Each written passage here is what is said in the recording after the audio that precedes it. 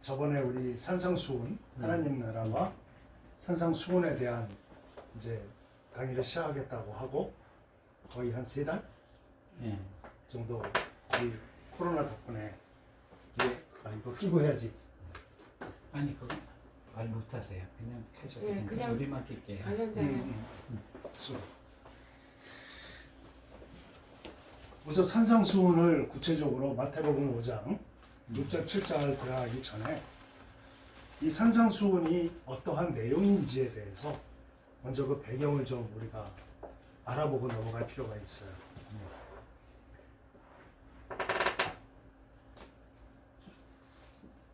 하나님 나라, 어떤 나라를 명칭을 할 때 하나님이라고 하는 어떤 그 주제가 있고 하나님의 나라다라고 했다면 어떤 상대적인 나라가 또 있다는 얘기겠죠. 이해가 되죠? 무슨 소리인지? 어떤 나라가 있어요. 어떤 나라가 있는데 하나님 나라라고 지칭되는 거의 대변에서 사람의 나라. 하나님 나라와 이 사람의 나라를 개념을 가질 때 지금 우리에게 익숙한 것은 이 나라가 아니라 이 나라예요. 우린 이 나라 안에서 살고 있어 지금까지. 근데 이 나라 안에서 살아가는 원리가 있고 원칙이 있지. 우린 이 나라 안에서 사는 원리들 이렇게 살아가야 돼. 사람이면 이런 원칙을 갖고 가야 돼 하는 이런 원리와 원칙들은 우리가 살아가는 나라이기 때문에 익숙해요. 설명할 수가 있어. 미국에 가면 미국의 법이 있고 한국에는 한국의 법이 있고 한국인은 이런 기준으로 살아야 되고 미국인은 이런 기준으로 살아야 되고 하는 그런 개념적인 측면이 이 나라에서는 이런 게 성립이 돼 있단 말이야. 오케이? 이런 원리와 원칙을 얘기한 하나님, 그러니까 인의 나라, 사람의 나라의 원리의 원칙을 얘기하는 것이 바로 하나님 나라의 원리 원칙이 뭐냐면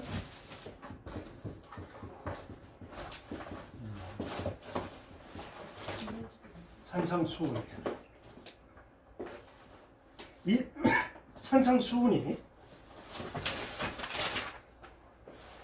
사람의 나라, 내 나라, 인간이 사는 나라, 나라의 법, 도덕, 윤리, 그 나라의 특성, 이런 것들이 원리와 원칙이라고 하는 것에 국한을 시킨다면 하나님 나라 안에서 사는 원리와 원칙, 법, 윤리, 어떤 이런 여러 가지 것들이 바로 산상수훈.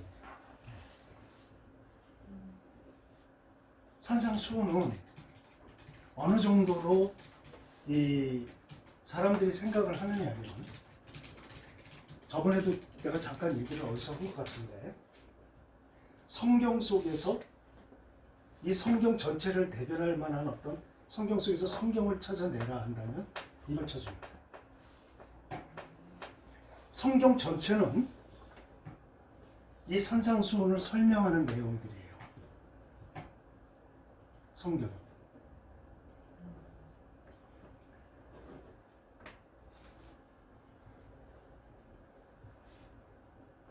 불교에 법정 스님하고 또 간디 이런 사람들은 산상수훈을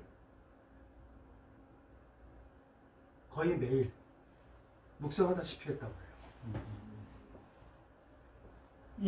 그리고 이제 그 비교 종교학하는 사람들이 산상수훈의 이 수준이 지상에 나와 있는 모든 법, 도덕, 윤리, 모든 개념을 가진 그 수준에서 최고 수준의 윤리와 도덕을 가르친 것이 산상수훈이다.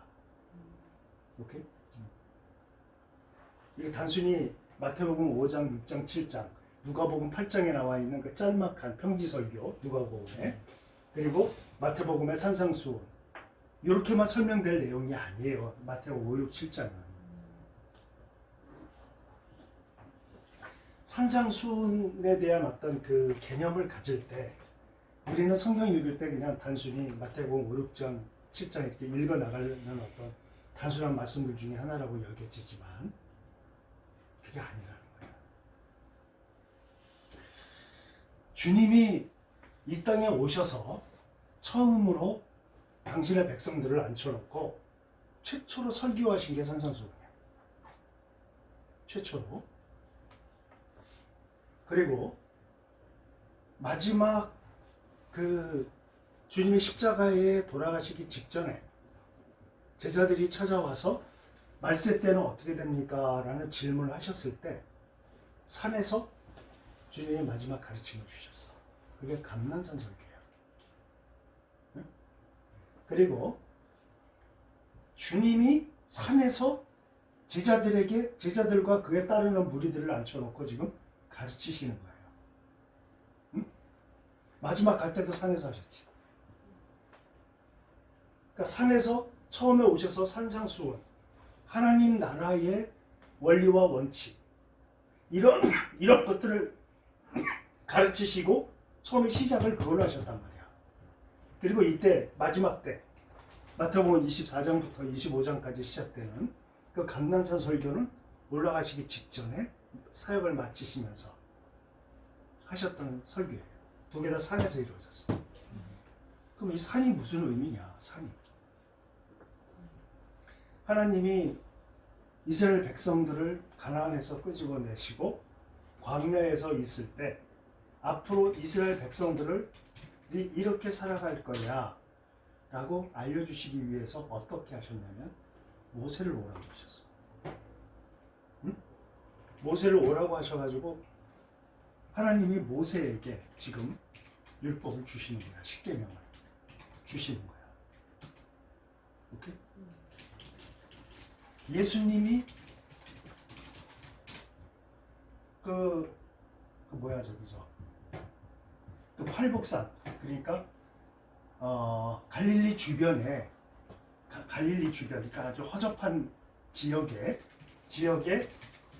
조그마한 언덕 산에서 지금 그걸 주시는데 주님이 어떤 분이 하나님이시지.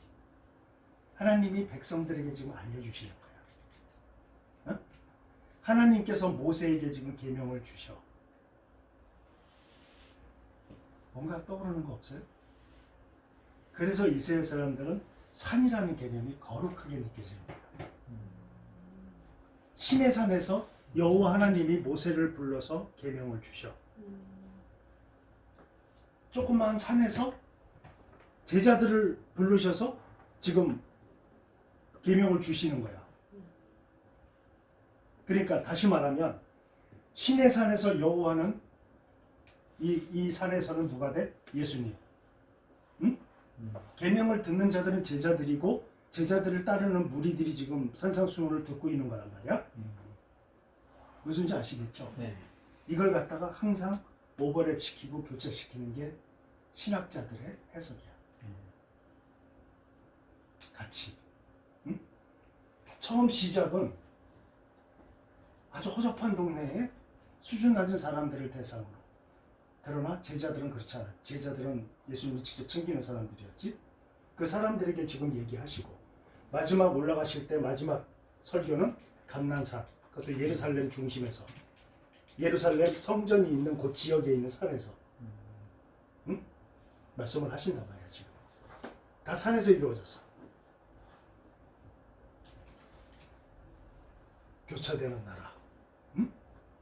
구약의 시내산에서 주님께서 모세에게 그 십계명을 주시고 율법을 주셨던 그 체계와 똑같다는 체계란 말이죠. 오케이? 그것처럼 산상수훈은 굉장히 중요한 말씀이었단 말이지. 그래서 하나님 나라의 원칙과 원리, 체계로 가져가는 것. 이게 이제 의미를 아시겠죠?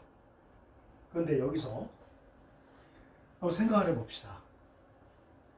이 산상수훈이 산상에서 하나님이 설교를 하시고 그 다음 백성들이 이걸 들었는데 알아들었을까? 못 알아들었을 거야. 근데 왜 주님은 이 어려운, 그리고 상상도 안 되는, 그리고 그 나중에 이제 디테일하게 공부를 하겠지만 이 산상수훈을 들은 제자들은 황당했을 거야. 굉장히 힘들었을 거야.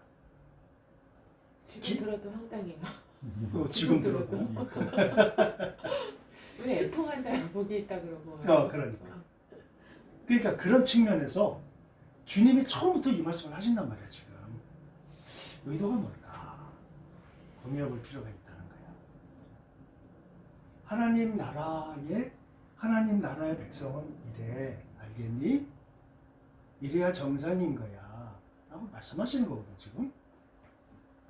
그러면 참 희한한 생각이 드는 거야. 나중에 이제 그거는 왜 이 목사가 황당했을 거라고 얘기했는지 지금도 그렇다고 하니까 나중에 알게 될 거야. 지금 산상수훈을 말씀하시는 이런 개념에서 여기서 또 하나 들어가야 될 게 또 하나 있어. 뭐가 있냐면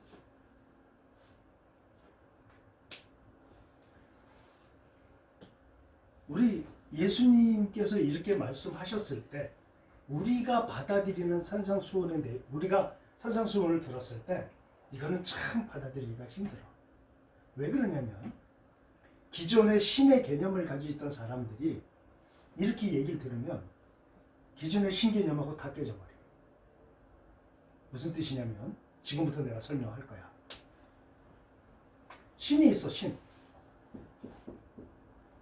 신이 있지? 인간이 있어. 응? 신과 인간의 자리매김을 한번 생각해 봅시다. 신은 절대적인 존재야. 인간은 유한한 존재야. 그죠? 신은 절대적인 존재, 전지, 전능, 전선 한 존재야. 응?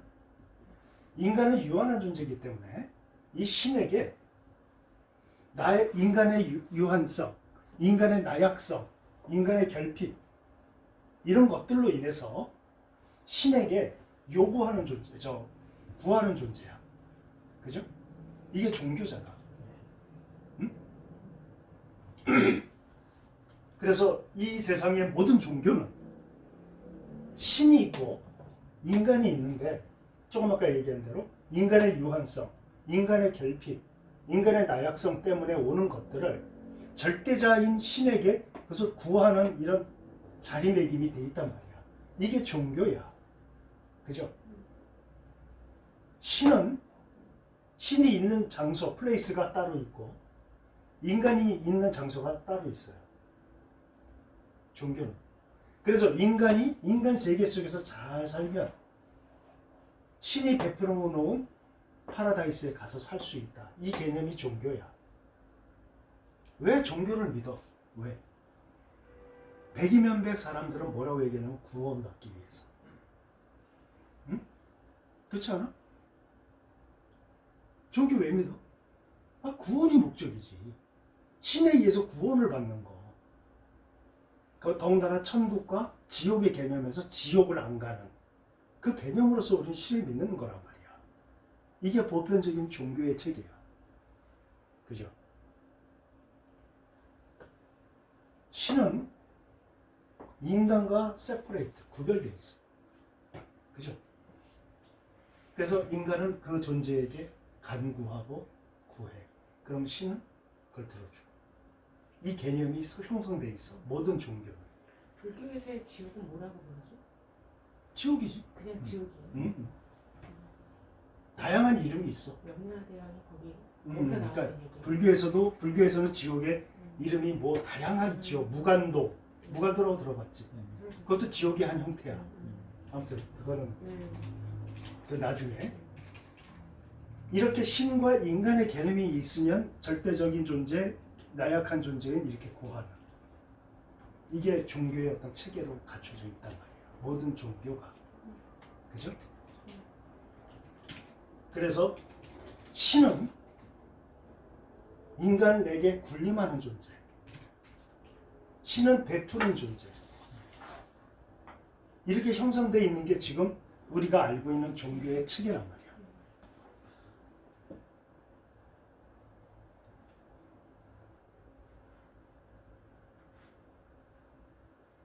신이 있는 장소를 항상 우리는 하늘, 어떤 또 다른 어떤 another place에 있는 어떤 존재들, 보통 종교의 체계는 이렇게 갖춰져 있는데, 근데 질문 한 가지 할게. 장소의 구분이 없는 종교가 하나 있어요. 기독교. 그지? 재미 하나도 없어. 맞추지 말았어야 돼. 그러게. 알고 있어도 조금 경험이 있어야 돼. 알고도 모른 척 해줘야 죄송합니다. 내 존재성이 좀 형성될 아니 모르는 게 텐데. 너무 많아갖고 이럴 때라도 아는 척을. 이게 나눠져 있질 않아. 모든 종교는 다 분리돼 있어. 아시겠죠? 근데 기독교는 그렇지 않아. 희한한 종교야.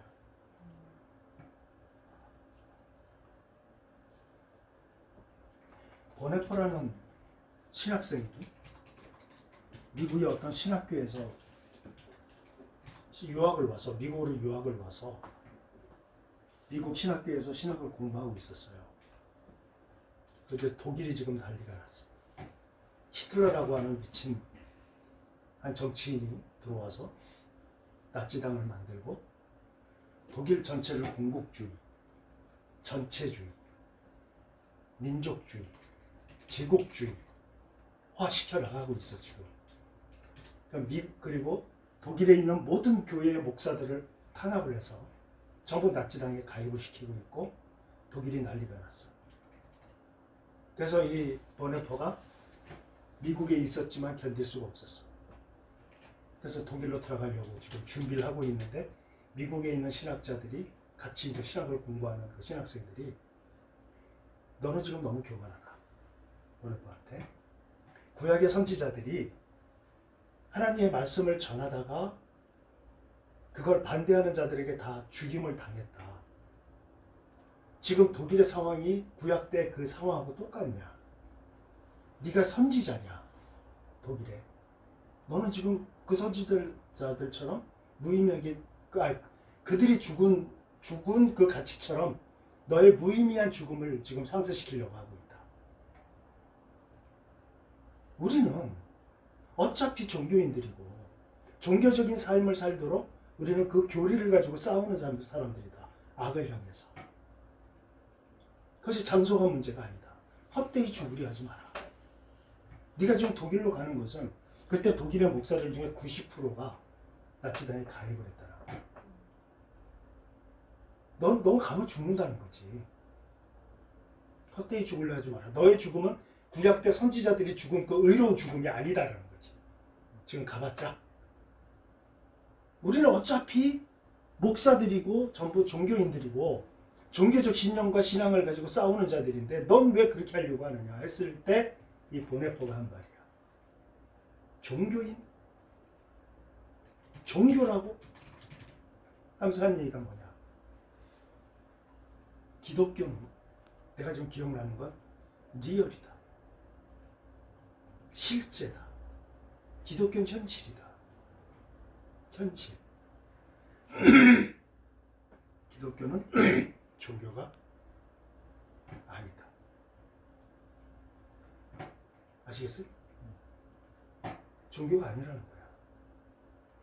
현실이라는 거야. 실제라는 거야. 그리고 팩트. 보네포가 기독교라고 했겠어? 뭐라고 표현을 했을까? 내가 원서를 읽지 못해가지고 그걸 못 봤어. 아마도 그 기독교라는 단어보다는 그 크리스찬이티 라고 표현하지 않았을까?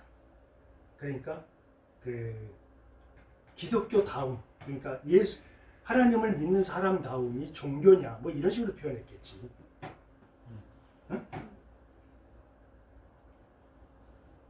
예수님을 믿고 예수님을 따르고 하는 것이 종교냐? 종교가 아니라고 생각하는 것 중에 하나가 이유가 뭐냐면 이렇게 되면 종교야. 아시겠죠? 근데 이거 아니야. 어떤 종교도 신이 인간의 가치를 인정하고 인간을 인과 함께 할 수 있는 존재로 인간의 존재를 상승시킨 신은 없었어. 뭘 보면 알 수 있는 줄 알아요? 그걸 어디서 찾아볼 수 있냐면 인간의 가치를 어떻게 산정하는가 신들이. 우리는 신화를 볼 수밖에 없어. 신화.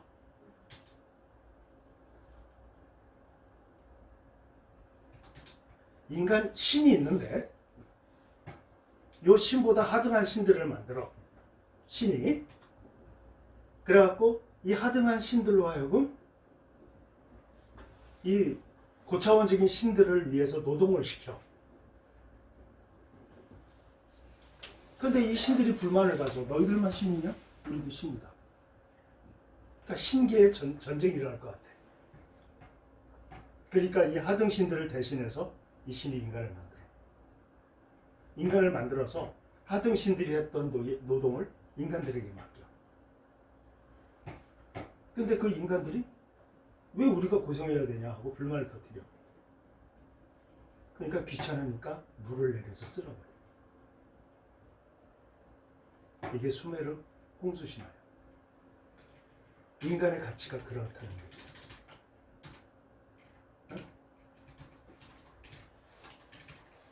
신이 인간을 창조했어. 그래서 그 인간들은 신과 대변되는 어떤 존재들이야. 근데 신이 만든 이 인간이 신을 귀찮게 해.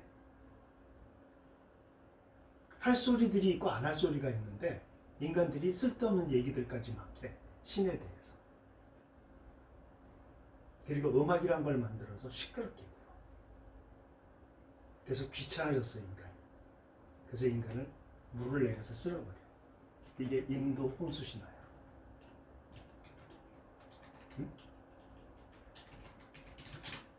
신이 인간을 만들었는데 이 인간은 가져서는 안 되는 게 하나 있는데 그게 불이야. 왜 불을 가지면 안 되느냐? 불을 가지면 인간이 신의 능력까지 올라올 수가 있어. 왜? 위험으로부터 불을 통해서 자기를 보호할 수가 있고 추위를 견딜 수가 있어. 불이 있으면. 그리고 땅속에 자기가 만들어 놓은 철분들을 불로 다 녹여가지고 무기를 만들 수 있어. 인간이.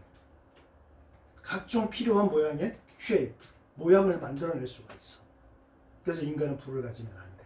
그런데 자기의 그 충복 중에 하나인 프로메테우스라는 놈이 인간에게 불을 갖다 줘. 귀신해. 그래서 인간을 쓸어버려. 그게 그리스 신화야. 그리스 홍수 신화야. 기억나지? 인도는 이번에 처음 해주셨어요. 아, 인도 처음 얘기했어? 네. 아, 쏘리. 이게 나가는 게 안 들어올 때가 있어. 그러다 또 기억 안 나. 그러니까 그와 같이 모든 이 지구에 존재하는 모든 신과 인간의 관계는 인간이 대적 인간의 인간 가치를 상정할 수가 없는 정도로 하찮은 존재였단 말이야. 근데 하나님은 인간을 창조해 놓고 인간하고 같이 살아. 처음부터. 여타 종교와는 차이가 아니라 이거는 다른 거지. 신이 인간하고 같이 살아. 에덴이라는 곳에서. 응? 오히려 신이 인간을 쳐버리는 게 아니라 인간이 신을 쳐버려. 그러면 이제 막 오지? 그러니까 생각이 오죠? 해석이 되지? 인간이 신을 거부하기 시작해. 오히려 신이 인간을 거부하는 게 아니라 인간이 신을 거부하기 시작해.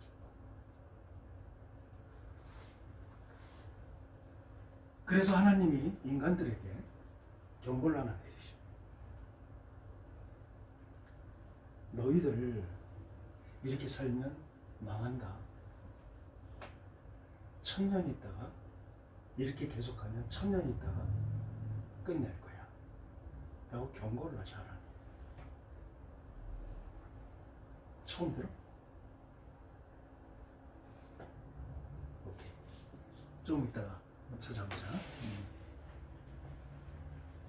하나님이 인간들을 대우해야 한다는, 인간의 가치를 하나님이 인정한다는 증거가 뭐냐면 물을 내리기 1000년 전에 이미 예언을 하죠.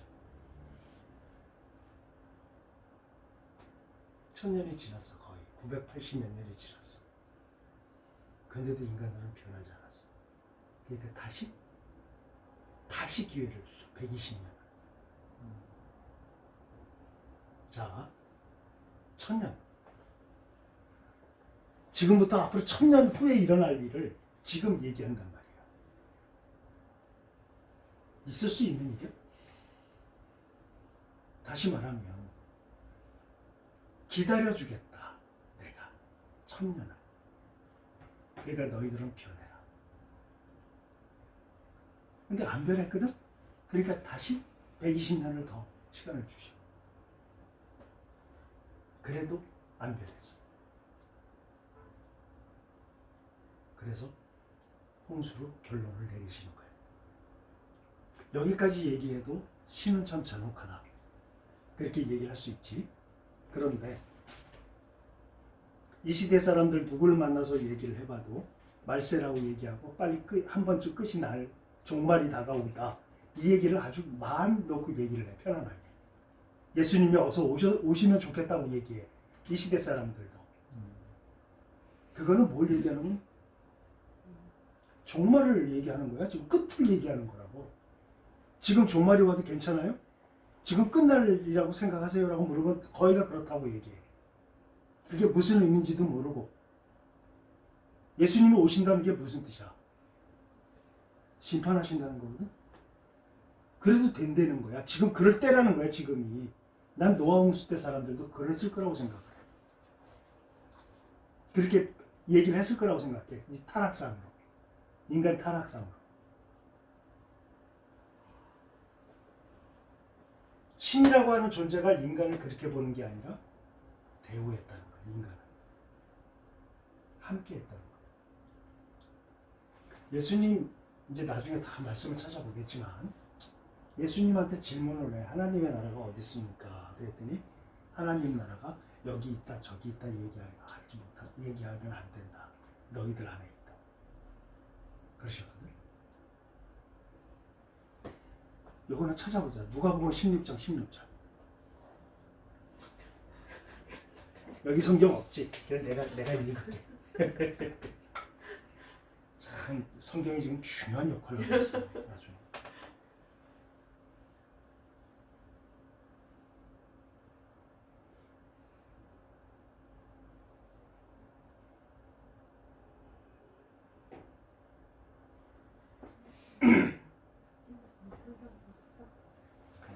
자, 읽을게.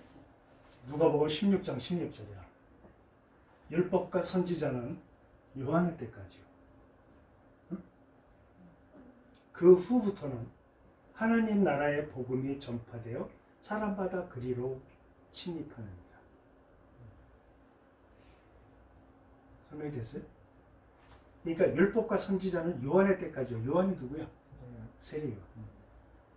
율법과 선지자의 때는 요한으로 끝났다는 거야. 그 후부터는 뭐다? 그 후부터는 하나님 나라의 복음이 전파돼요. 사람마다 그리로 침입하느니라. 그러니까 율법과 선지자 때는 요한 때까지고 그 다음부터 하나님 나라라는 거예요. 오케이?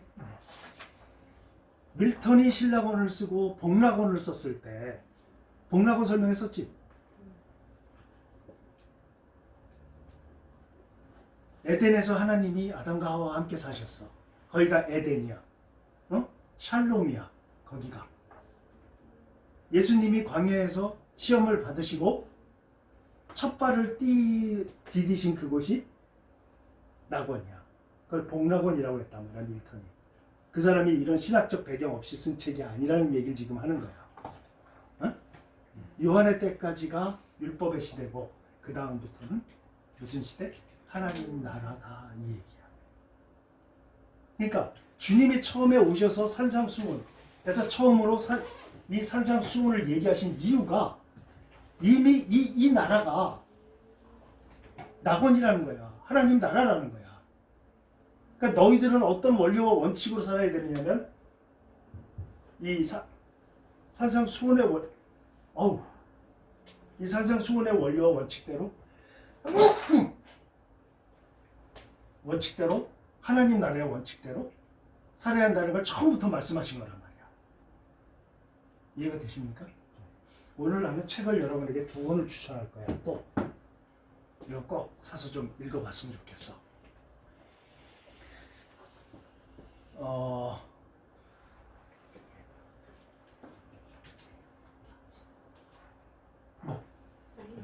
앱을 설치하려고. 아.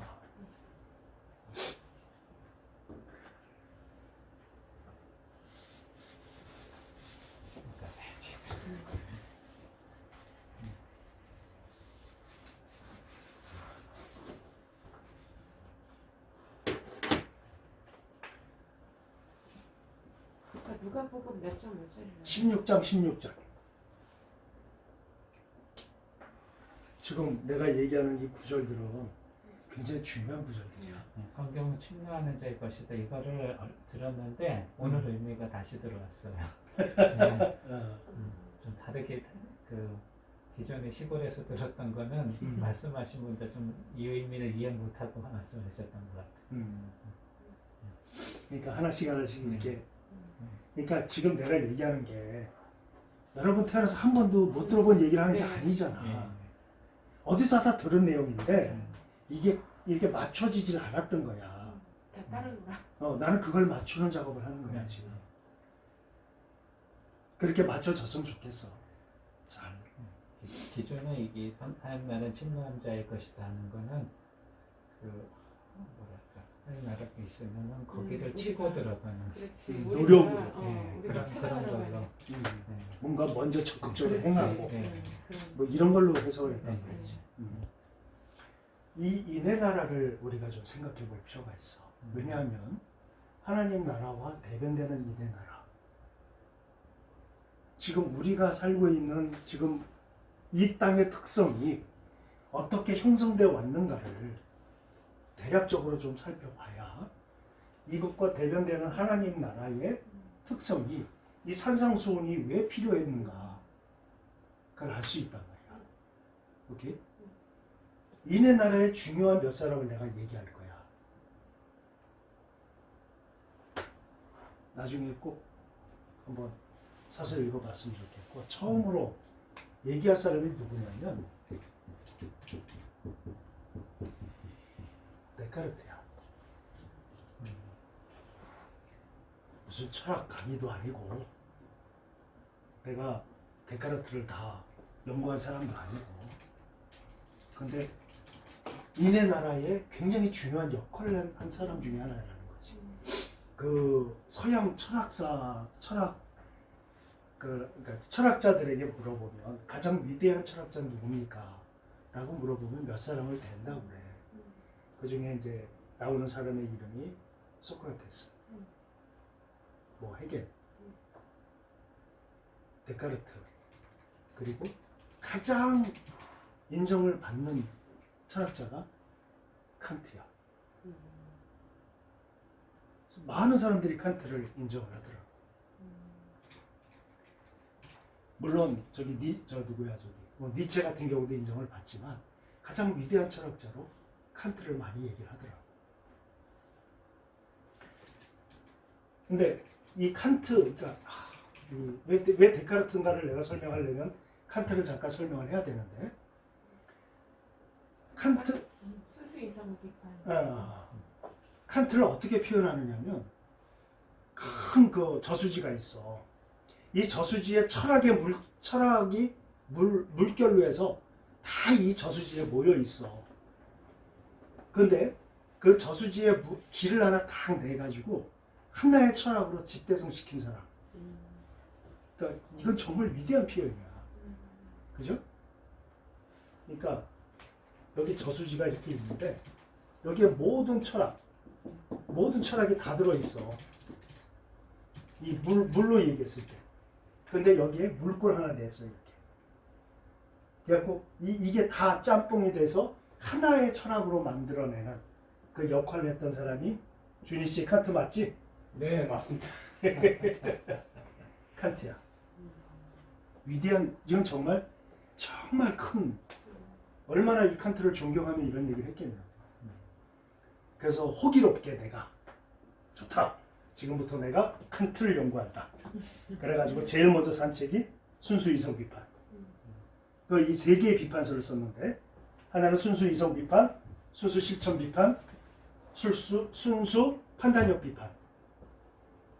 이 세 개를 썼단 말이야. 이 세 개의 저서로 칸트를 명료하게 만들었어. 그렇게. 그래서 순수 이성 비판을 샀어. 읽기 시작했어. 10부딱지서부터 시작해가지고 막 분노가 치미는 거야. 그 책을 순수 이성 비판을, 그러니까 순수 실천 비판하고 판단력 비판을 이해하려면 이성 비판을 먼저 읽으라고 그랬단 말이야. 그래서 그 책을 읽기 시작했어. 3분의 1도 못 읽고 포기했어. 왜 포기했냐면 순수 이성 비판을 이해하려면 그 이전의 철학에 대한 모든 이해가 다 수반이 된 전제된 상태에서 그 책을 썼더라고. 내가 뭘 알아? 이전 철학을 내가 어떻게 알아? 읽다가 보니까 짜증이 나기 시작을 하고 아이씨 포기했어. 혹시 실천 비판은 그래도 조금 현실적으로 좀 읽을 수 있게 쓰여지지 않았을까 하고 이렇게 몇 장 보다가 그래 덮어놨어. 판단력 비판도 조금 보다가 사실 포기한 책이야. 그래서 이 세 책은 나를 굉장히 겸손하게 만들어주는 책이었어. 책장에 이렇게 세 개가 옛날 그 불광동 반지에 살 때 책장을 이렇게 보면 두꺼워 책들이 이게 세 권이 나란히 이렇게 꽂혀 있는데 이렇게 가다가도 그것만 딱 보면 겸손해야지. 무슨 지 알겠지?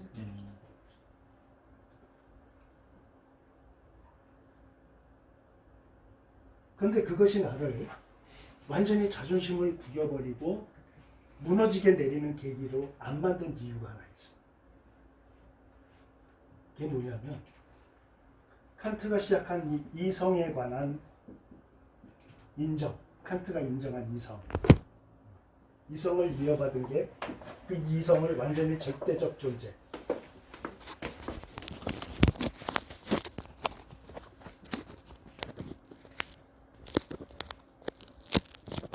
하세요. 이게 쓰러졌어요. 어, 앞으로. 절대적 존재, 절대적 이성으로 만든 사람이 해겔이란 말이야. 저번에 우리 공부했지, 조신 씨하고. 이성의 최고치, 이성의 정점을 찍은 거란 말이야. 이거의 전제가 뭐냐면 신이 존재하지 않은 거야. 오케이? 철학하는 사람들에게 있어서 중세시대, 중세 철학은 논할 가치가 없는 철학책이야. 중세 철학은. 왜? 중세 철학은 뭐야? 신학은? 철학은? 신학의 신념. 그러니까 중세 철학하는 사람들한테는 암흑기야. 역으로 생각해보자. 철학의 시작은 논리와 이성이란 말이야. 신이 없다는 게 전제되어 있는 거야. 그래서 칸트는 나를 무너뜨리지 못하는 거야. 쉽게 표현하자면. 당신은 신이 없는 상태에서 인간 가지고 된다고 보는 사람이었다. 인간의 이성 가지고 시작하면 된다고 보는 사람이었다. 그걸 시작한 사람이야. 그러니까 신이 없는 상태에서 정말 위대한 사람이지. 인간으로 된다고 보는 거니까. 그걸 갖다 해결이 꼽히는 거야. 변증법으로, 정반합으로. 올라가면 역사 종말 시대에는 유토피아가 만들어질 것이다. 인간들의 이성으로 절대 이성이 될 것이다. 해결의 이것 때문에 이제 이거 공부하는 이유가 나중에 내가 추천하는 도서가 여기에 다 연결되기 때문이야. 데카르트가 왜 유명하냐? 이 사람이 개신교 집안의 아들이야. 응? 어려서부터. 그러니까 왜 이 사람이 그 플라톤 아카데미에 의해서 형성됐던 모든 철학을 붕괴시키고 새로운 철학 체계로 이 유럽의 전체 대학의 교과서를 바꿔버린 사람이거든. 데카르트가 가르칠 교재가 없잖아. 그렇게 되니까. 그러니까 교재 빨리 쓰세요 해서 쓴 게 방법서설이라는 책이야. 그러니까 뭐 이걸 뭐 연구하자 이런 뜻이 아니야 지금. 왜 데카르트를 얘기를 했느냐면 데카르트가 아주 병약하고 사람이 나약한 사람이었어. 그리고 샤이한 사람이었고. 그러니까 혼자서 참 많은 사고를 했던 사람이야. 생각을 한 사람이야. 그러니까 우리가 생각할 수 있는 범위보다 더 깊이 생각할 수 있는 그 생각을 가져갈 수 있는 사람이었다. 그래서 어떤 생각을 하게 되냐면 기존에 팩트라고 봤던 것들, 기존에 팩트라고 하는 것들을 생각을 하는 거야. 생각으로 정립을 할 수 있나? 내가 만질 수 있나? 내가 눈으로 확인할 수 있나? 내가 정의 내릴 수 있나? 이런 몇 가지 기준을 놓고 모든 팩트들을 갖다 대비시켜. 가져와서 거기에 그 원칙에 따라서 생각을 해봐. 다 거짓인 거야. 다. 지금까지 만들었던 모든 철학 체계가 다 거짓인 거야. 이 사람이 봤을 때. 존재하는 게 하나도 없어. 그렇게 해보니까. 그런데 절대적으로 존재하고 이거는 확실한 거다라는 게 한 가지가 남는 거야. 그게 여러분 잘 아는 거예요. 나는 지금 숨 쉬고 있거든. 나는 숨 쉬고 있고 나는 생각을 하고 있어. 거짓을 분별해내고 있어 지금. 모든 사고가 여기서부터 시작돼야 된다는 거야.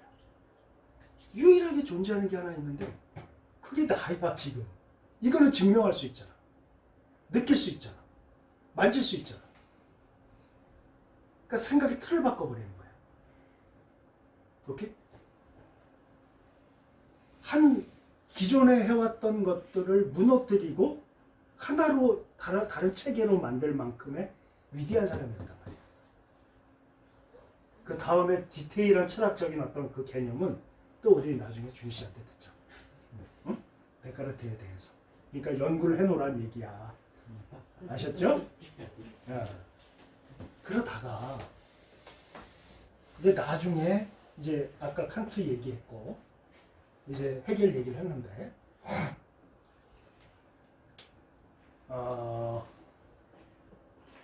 이 해겔에 의해서 그러니까 계몽주의가 그러니까 르네상스가 막 올라오면서 그 찬란하게 꼽히는 게 계몽주의라 할 수 있단 말이야. 에? 자, 르네상스가 뭐야? 르네상스. 그러니까 대변되는 게 신본주의지. 신본주의 사상 체계에 있다가 그게 붕괴되기 시작해. 뭘로? 르네상스로 인해서. 신본에서 인본으로 바뀌는 과정이 인본주의란 말이야. 르네상스란 말이야. 정치, 경제, 문화 모든 영역에서 신이 중심적으로 있던 모든 것들이 다 누구로? 사람으로 대치되기 시작을 하는 거야. 그게 르네상스야. 그러니까 그 당시에 인간은 모든 걸 가려야 되고 위험이 있어야 되고 근엄해야 되는데 조각들을 만드는데 전부 나체로 만들어버려. 아무튼 뭐 디테일한 건 근데 아무튼 그런 정신 세계가 흘러가는데 이것이 인간이 완전히 자리매김을 하고 세워졌던 체계가 계몽주의라 할 수 있어. 근데 이 계몽주의를 다른 말로 우리는 또 고전주의라고 얘기를 한단 말이야. 이성적이고 합리적이고 원칙과 원리가 있고 근본주의가 있고 그런 상황에 있을 때 이 인간이 완전히 섰단 말이야. 그래서 그 당시에 과학도 발전했죠. 문화도 발전하지. 인간이 최고조에 이를 것이라고 하는 해겔이라고 하는 이 철학자가 나와서 인간이 최고조로 인간을 만들어낼 수 있다는 긍정적인 신호까지 만들어내. 그래가지고 인간은 과학이 무지하게 발전하고 과학의 발전함으로 인해서 유토피아가 형성될 거라는 믿어 의심치 않고 부가 넘쳐 흘렀어. 유럽은 과학의 발전으로. 그래서 인간에 의해서 인간을 행복하게 해주고 인간 철학은 인간의 정신세계를 충만하게 해주고 문화는 발전하고 인간이 인간 가지고 된다고 믿었던 시대야. 이게 깨져버려. 그러면 이 시대는 저기 니무롯 시대로 돌아가는 거예요? 나는 그 얘기가 나오리라고 기대를 했었어. 니무롯 시대가 이랬단 말이야. 생각해봐. 저는 바벨론에서 그러니까 그게 니무롯이지. 그러니까. 생각나지? 네. 니무롯이 일단 신할 평야의 백성들을 데려가겠다 약속을 했어. 신할 평야는 최고의 경작지야. 비옥한 땅이란 말이야. 그리고 문화가 발전하잖아. 돌로 벽담을 쌓았던 돌로 벽담을 쌓았던 거를 벽돌을 제조하잖아. 그리고 역청을 만들어서 물이 새는 걸 막아내는. 그리고 탁월한 리더십, 니무롯. 그리고 공식적으로 신에게 정면 승부를 정면으로 공식적으로 대항을 했던 사람이 니무롯이야. 하나님은 흩어져서 땅에 표만하라고 했는데 백성들에게 흩어짐을 면하자. 우리가 우리의 이름을 내고 망대를 하늘 끝까지 세우자. 이런 자신감, 그게 나는 계몽시대 때. 르네상스가 완벽하게 형성이 되고 과학의 발전으로 유럽의 부가, 그러니까 중세 봉건주의에서 근대 자본주의로 넘어가서 그 자본시대 때 오는 그 과학 문명 발전 이런 모든 것들이 되었을 때 인간으로 된다고 보던 시대, 해결 시대까지. 오케이? 이게 다 무너져 버려. 이게 다 무너져 내린 계기가 1, 2차 세계대전. 왜? 1, 2차 세계대전이 갖는 의미가 뭐야? 일단 인간이 인간을 이롭게 하겠다고 발전시킨 과학으로 인간을 파괴시켜. 과학이 답이 아니었던 거야. 응? 그리고 당시에 이 사상체계도 변화가 생기는데, 이건 내가 오늘 추천하려고 했던 내용이 아닌데, 다 필요한 내용 같아요. 아무튼 여러분 그거 알지? 젊은 베르데의 슬픔. 뭐 읽어본 사람도 있을 거야. 연애 소설로 아주 유명한. 근데 그거 그런 책이 아니야.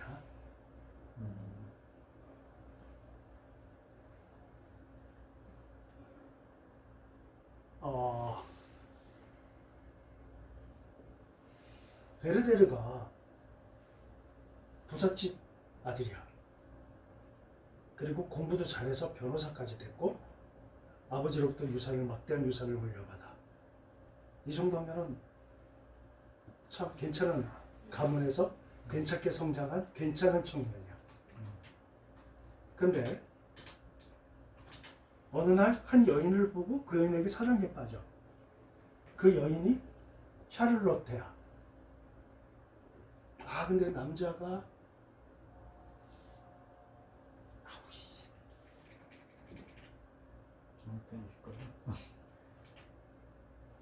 아무튼 이럴 때 그 누구한테 빨리 찾아보라고 했을 텐데. 남자는 뭐예요?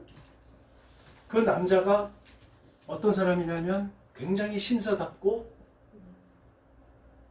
부도 있고 경제적인 능력도 있고 또 신사답고 인성도 괜찮고 한 남자야. 이 샤를로테와 결혼할 이 남자가.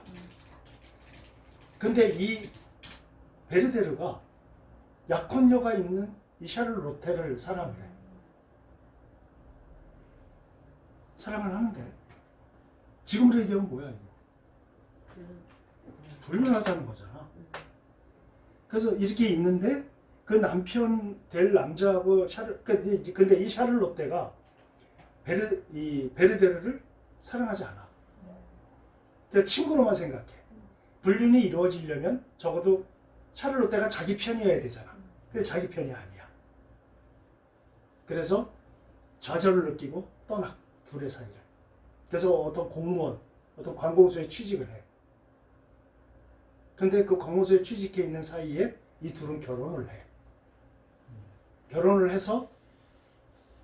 했는데 이 베르테르가 그 관공서에 취직을 했지만 대인관계가 안 좋아서 거기를 그만두고 다시 이 샬롯테가 있는 데로 와.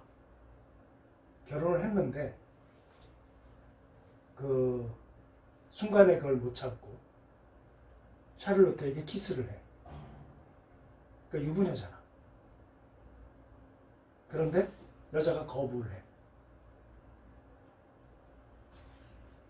그래서 이 베르데르가 그 샤를로테의 남편에게 빌린 총으로 자살을 해. 이게 젊은 베르데르의 슬픔. 괴테가 쓴. 응? 이게 괴테의 첫 번째 소설인데. 제가 자기 얘기를 썼다고. 괴테의 첫 번째 작품인데 이것이 그냥 단순한 어떤 그 애정, 사랑 이런 쪽으로만 얘기되는 것이 아니라 이게 계몽주의 시대, 원칙, 원리, 어떤 이 꽉 막혀 있는 그런 정신 세계를 지금 이 베르데르처럼 이걸 깨는 거야. 지금 계몽 시대를. 계몽 시대를 대항해서 행동할 수 있는 어떤 그 샘플이 되어준 사람이 베르데르야. 베르데르도 계몽 시대에 맞게끔 살 수 있는 재산도 있었고 품격도 있었고 공부도 잘했고 변호사였다는 지위도. 그 충분히 순응할 수 있었어. 그런데 그걸 거부하고 끝없이 이런 그 애정 형태를 가지고 자살을 한. 그러니까 다시 말하면 계몽 시대를 숨막혀 있던 청년들이 열광을 했던 책이 바로 이 베르데르의 슬픔이야. 오케이? 연쇄 자살. 어? 연쇄 자살이 많이 일어났다고. 네. 그러니까. 네, 그리고. 필립이라고 하는 미국의 사회학자가 그 영향력 있는 어떤 사람이 그 자살을 하면 그 영향력을 입었던 사람들이 연쇄해서 자살하는 그 현상을 베르데르 효과라고 하는 이름을 만들어낸 사람이 미국의 필립이라는 사회학자야. 그게 베르데르야. 그래서 홍구경이 나 아직도 기억나는 게 영화배우 홍구경이라 장구경. 장구경이 건물에서 뛰어내려서 자살했단 말이야. 그 다음날 17명의 남자애가 뛰어내렸거든. 이제 그게 이제 베르데르 효과다. 이렇게 얘기를 했단 말이지.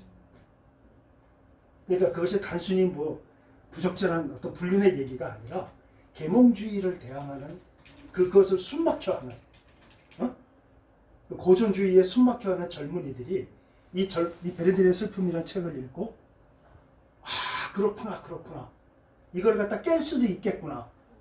오케이? 그 가능성을 보여준 게 바로 이 작품이란 말이야. 이건 오늘 내가 추천하려고 하는 책이 아니고 내가 오늘 이제 이렇게 한 시대에 영향을 미치는 그러한 그래서 그 시대가 사람들은 이렇게 살고 있다. 이네 나라에서 형성된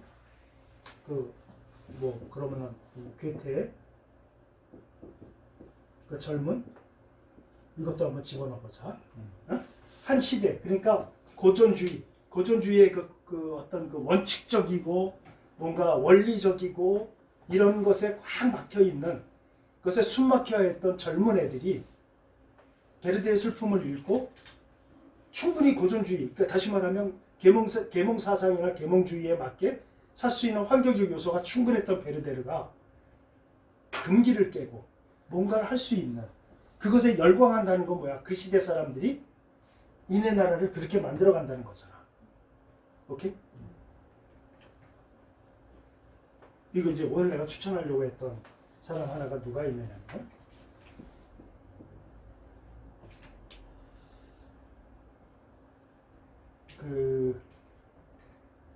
내가 옛날에 노벨 문학상을 받은 사람들의 작품을 좀 읽어볼 필요가 있겠다라고 생각을 했었어. 그래서 한 사람 이제 여러 명 걸 한번 관심을 갖다 어떤 사람의 책을 한번 딱 이렇게 노벨 문학상을 받은 사람인데 그 사람 책을 딱 찾게 됐어. 그 제목이 뭐냐면 수레바퀴 아래서라는 책이야. 들어봤어. 들어봤어? 네. 그 책을 얇어. 그 사람이 쓴 책이 일단 노벨 문학상을 받은 유리알 유희라는 책이 있고, 그 다음에 수레바퀴 아래서, 그 다음에 시타르타, 그 다음에 쿨루프, 그 다음에 데미안. 이 5권을 그때 알게 됐어. 그래서 제일 먼저 손이 갔던 게 제일 얇은 책이었던 수레바퀴 아래서야.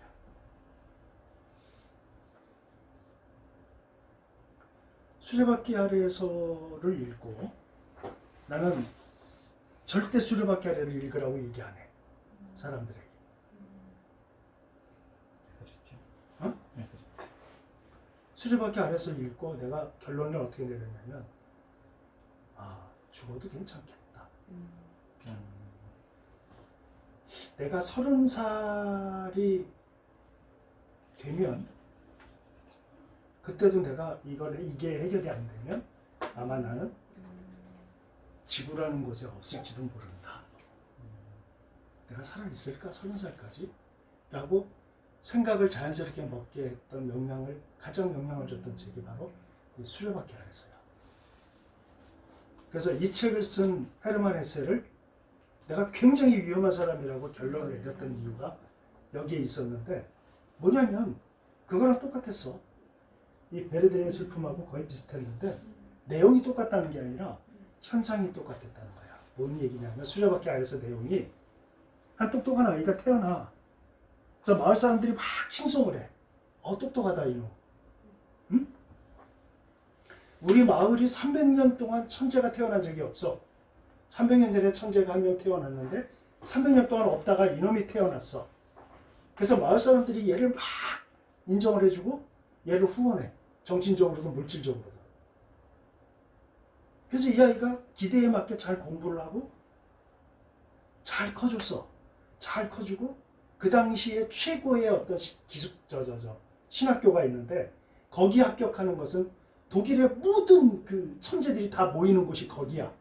거기서 정부의 일을 하고 그 관료의 일을 하는 사람들이 거기서 배출이 돼.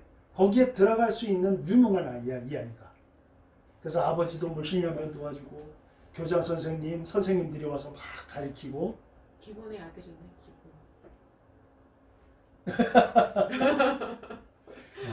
아무튼 마을에 있는 모든 사람들도 다 와가지고 기본의 아들이 그런데. 막 칭송하고 해서 얘는 거기에 부응해서 그 학교에 입학을 해서 합격을 해. 그래서 들어갔는데 그 신학교란 말이야.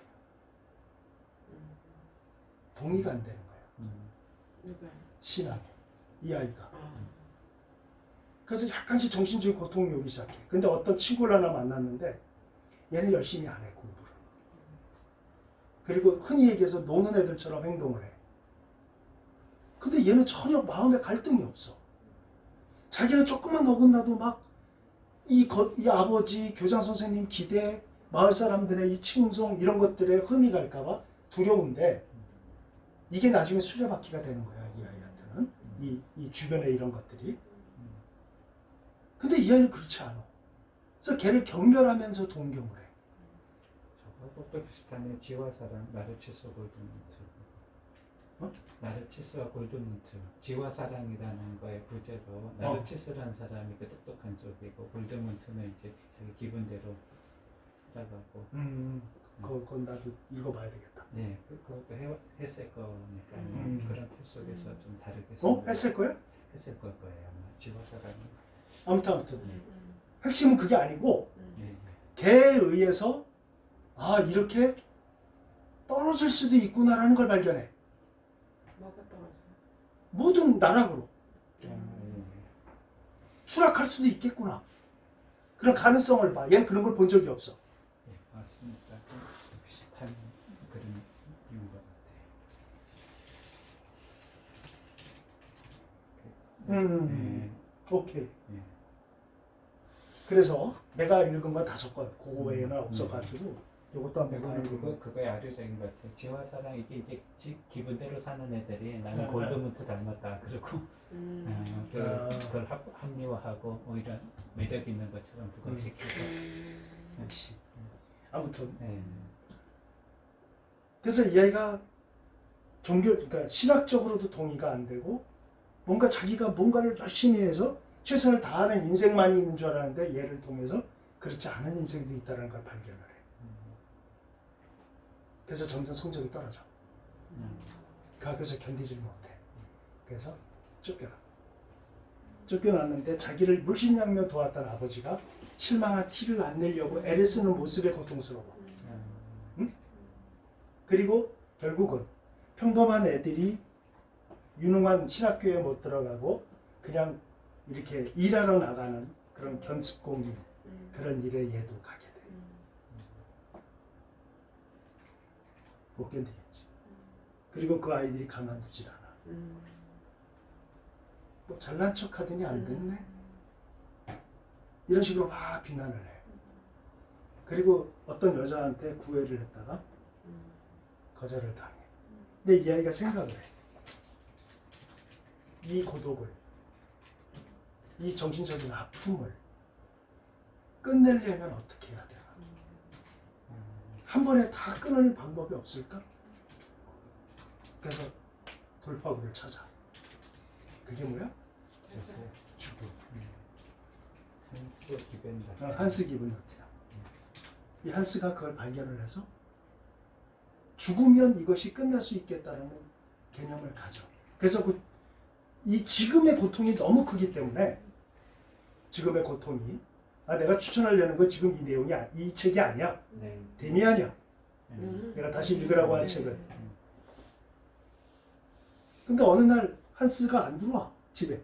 그래서 아버지가 이놈의 자식이 사회생활 한다고 지모 때문에 그 다음날도 안 들어와. 근데 그 다음날 강에서 시체를 발견했대. 이야기는 거기서 끝나. 재미 한 개도 없어. 근데 내가 그걸 21살에 읽었는데 고통이 크면 이럴 수 있겠다. 그래서 30살, 내 30살 이후에 나도 이렇다면 나는 아마 한스 기브너트처럼 나도 그럴지 모르겠다. 이런 생각을 하게 된 최초의 책. 그래서 나 이거 추천하지 않아. 힘든 사람들. 아무튼 그러니까 이 헤르만 헤세에 대해서 성장 소설의 대가라고 하잖아. 네? 그걸 우리나라 사람들은 데미안을 통해서 많이 헤르만 헤세를 만났을 거라고. 헤르만 헤세, 그러니까 데미안 그러면 뭐가 떠올라?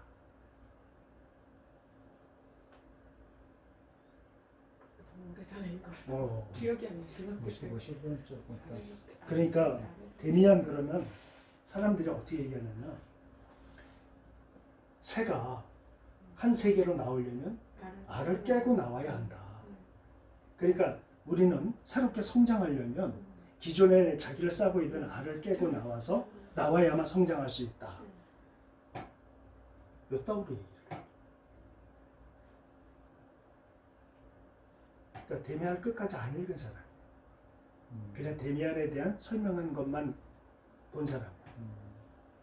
데미안은 그런 책이 아니야. 난 의아했었어. 이 사람들 왜 이렇게 얘기하지? 이게 아닌데? 한번 기억을 내가 뽑아줄 테니까 잘 생각해봐. 응? 데미안이라는 책의 주인공은 데미안이 아니라 싱클레어라는 한 아이야. 어? 싱클레어라는 한 아이가 어느 날 클레머라고 하는 클레이몬가 클레이르몬가 하는 불량 학생 때문에 어렸을 때 정신적인 고통을 당해. 그런데 그걸 데미안이라는 아이가 와서 해결을 해줘. 근데 이 데미안이 이 싱클레어가 봤을 때 데미안은 뭔가 어린아이 같으면서도 어른이야. 분명히 남자인데 그 안에 여자가 있어. 여자도 있고 남자도 있어. 같이 학교를 다니는데 이 싱클레어보다는 2년 선배야. 그런데 그 견진성사라고 하는 캐톨릭식의 어떤 세례의 형태가 있는데 그것을 받기 위해서는 우리 왜 세례를 받기 전에 교리문답 교육하는 것처럼 이게 수업을 같이 천주교에서 하는 게 있어. 네. 그걸 같이 봤는데 내가 이 헬마네세가 위험한 사람이라고 생각했던 이유 중에 하나는 거기서부터 나와. 그 성경 공부를 하는데 신부가 뭘 가르치냐면 가인과 아벨에 대해서 공부를 시켜. 가인은 어떤 사람이야? 동생을 때려 죽인 최초의 살인자란 말이야. 근데 데미안이 이 싱클레어한테 뭐라고 얘기하냐면 하나님이 가인을 죽이려 잊지 못하도록 가인에게 표식을 줬는데 그것은 어떻게 이 데미안이 싱클레어한테 가르쳐 주느냐면 그것은 아마도 가인은 굉장한 파워를 지닌 사람이었을 거야. 그 사람은 그 표식을 보면 사람들이 굉장히 두려워하고 경외로워하고 그 사람에게 열등감을 느끼고 하는 어떤 그런 능력이 있는 사람이었을 거야, 가인은. 그런데 그렇게 표현하기 자존심이 상하니까 그 책에다가 가인이 살인자로 만들고 신이 표식을 줬다라고 얘기를 한 존재가 가인일 거야. 이해가 돼요? 무슨 소리인지? 이렇게 얘기를 해. 근데 싱클레어는 어떤 아이냐면 아주 훌륭한 기독교 집안의 외아들이야. 외아들로 부모님과 누나들에게 사랑을 받는 아주 그 존귀한 아이야. 근데 그 아이에게 지금 가인에 대한 이상한 얘기를 지금 데미안이 해주고 있는 거야. 그 데미안 읽어보면 또 한 가지 성경에 대한 해석이 나와. 예수님이 십자가에 달리셨는데 이쪽에 뭐 한 사람은 네가 하나님의 아들이면 우리를 구원하고 너를 구원하고 우리를 구원해봐라. 뭐 이런 식으로 막 야지를 한다고 그러나? 그렇게 하니까 옆에 있는 강도가 우리는 마땅히 죽어서 십자가를 지지만 죽을 죄를 졌기 때문에 십자가를 지지만 이분은 그런 분이 아니다. 나를 낙원에 있게 해주십시오. 이렇게 나뉘잖아. 근데 데미안이 뭘 얘기하냐면 오히려 예수님을 욕하고 비난했던 사람이 오히려 정직한 사람 아니냐. 신을 향한 인간의 솔직한 심정을 표현해낸 게 아니냐. 이렇게 또 얘기를 해. 그러니까 싱클레어가 헷갈리는 거야 지금. 그래서 데미안이 아무튼 데미안을 도와줬을 때부터 싱클레어를 도와줬을 때부터 싱클레어가 데미안을 대면하고 피해. 근데 끊임없이 나오는 내용이 뭐가 있냐면 데미안은 선이면서 악이야. 싱클레어가 볼 때. 남자인데 여자가 있어. 응? 그리고 최고의 고급이자 저속이야. 고급지면서 아주 저질이야. 그런 양면성을 다 가지고 있는 게 데미안이야. 그런데 이 싱클레어가 정말 어떤 여인을 육체적으로 정신적으로 완벽하게 사랑을 해. 이 싱클레어가. 그게 누구냐면 데미안의 어머니야. 그 어머니를 봤을 때 그 어머니는 여자면서 남자야. 지극한 선이면서 지극한 악이야. 어머니가. 양면이 다 있는 최고의 선이자 최고의 악이고 최고의 남자이자 최고의 여자이자 최고의 남자인 것 같고 최고로 거칠면서 최고로 부드럽고 이 양면성을 다 가지고 있어. 기억날 거야 지금 얘기하는 게. 근데 어느 날 이 싱클레어가 꿈을 꾸는데 새 한 마리가 진흙에 발이 박혀갖고 막 빠져나오려고 푸덕푸덕 대는 꿈을 꿔. 그래서 그 꿈을 그림으로 그려가지고 데미안한테 보낸다. 근데 어느 날 데미안이 답을 보내주는데 어떤 방식으로 보내주냐면 수업 시간에 책을 이렇게 보니까 쪽지가 꽂혀 있어. 그 책에. 근데 그 그 방식이 뭐냐면 그 당시 학생들이 연락을 주고받을 때 이따 수업 끝나고 보자 뭐 이런 내용 있잖아. 그리고 야 너 내일 무슨 선생님이 좀 보재 뭐 이런 내용들을 쪽지에다 메모해가지고 그 책에다 꽂아놓는다. 근데 그 꽂혀있는 게 데미안이 보냈다는 걸 읽어보고 알았어. 그 내용이 뭐냐면 새는 세상에 나오려면 알을 깨고 나와야 한다. 알은 또 하나의 세상이다. 새는 그 또 하나의 세상에 알을 깨고 나와서 신을 향해 날아간다.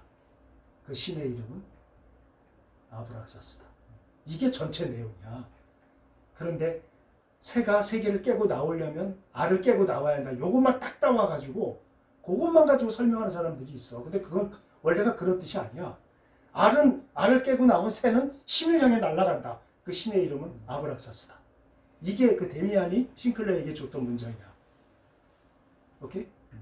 대학 때 그 얘기를 참 많이 들었는데 좀 신입생 막 들어가는데 잘 모르잖아요. 근데 이제 기존의 보수교회에서 이렇게 있다가 이런 걸 가지고 저를 공격을 하더라고요.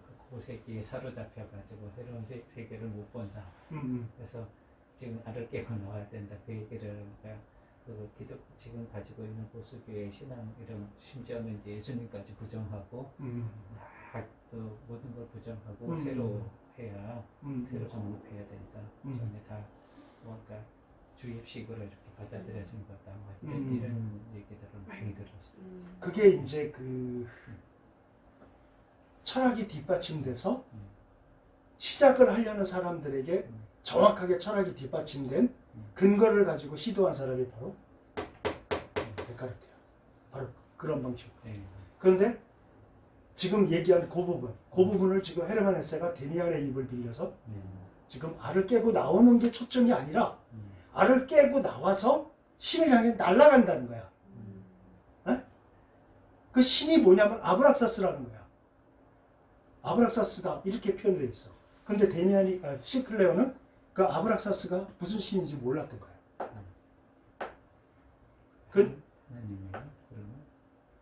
뭐 신인데. 근데 이 아브락사스에 대해서 데미안이 굉장히 궁금해하다가 이름이 기억이 안 나는데 한 그 피아니스트를 만나. 교회에서 그 피아니스트와 우연히 대화하다가 그 사람이 아브락사스에 대해서 알고 있었어. 이 사람이 뭐라고 얘기를 했냐면 아브락사스가 선과 이제 내가 얘기하려는 초점이 여기에 있어. 선과 악을 신이 같이 가지고 있어. 응? 그러니까 싱클레어가 데미안을 봤을 때 남자인데 여자야. 선이면서 악이야. 이 대변되는 걸 다 가지고 있어. 데미안이. 데미안의 주인공은 데미안이 아니라 싱클레어야. 데미안은 가끔 나와 이렇게. 싱클레어 삶 속에서 이렇게 가끔 등장을 해. 그런데 데미안을 보고도 그랬는데 에바 부인, 그러니까 데미안의 어머니 에바를 봤을 때도 그렇게 느꼈는데 이 피아니스트가 아브락사스를 소개할 때 선과 악을 동시에 지닌 신이 선과 악을 동시에 지닐 수 있어? 신인데 헤르만 헤세는 해결을 여기다 둔 거야. 이게 무슨 뜻이냐면 악도 인정하자는 거야. 악의 존재도 신의 존재도 있지만 선의 존재도 있지만 악도 있다는 걸 인정하자는 거야. 왜냐하면 이게 언제 쓰여졌냐면 2차 세계대전이 끝난 다음에 쓰여졌어. 허무주의. 철저하게 다 붕괴가 됐어. 어? 다 붕괴가 되고 유럽의 청년들은 완전히 허무주의에 빠져가지고 그 허무주의 속에 뭐도 있느냐면 악을 어떻게 할 수가 없어. 선은 알겠어. 왜냐하면 이 이전까지는 악은 누가 해결해줬어? 신이 해결했단 말이야. 근데 지금 신이 거부된 시대야. 그러니까 악을 누가 해결해야 돼? 우리가 해결해야 돼. 근데 해보니까 안 된다는 걸 알게 된 거야. 그러니까 안 되는 악에 대항해서 고통스럽게 싸우느라고 고통스러워. 정신적으로. 그리고 악을 해결할 수 없으니까 좌절을 해. 이때 헤르만 헤세가 데미안을 냈는데 이 데미안이 어느 정도로 읽혔냐면 유럽의 젊은이들은 거의 데미안을 한 권씩은 다 갖고 있을 정도로 이 데미안을 읽었다고 그래. 이 데미안이 내놓은 그러니까 쉽게 말하면 해결자, 해결할 수 있는 존재 아브락사스, 선과 악을 동시에 지닌. 그러니까 뭐야? 악이 있다는 걸 인정하자.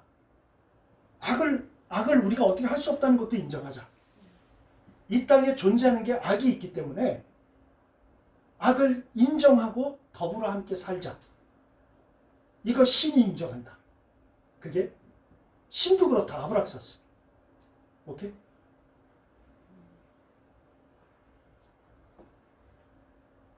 데미안을 읽고 신이 없는 상태, 하나님을 모르는 사람들 입장에서 정말 이건 기가 막힌 책이야.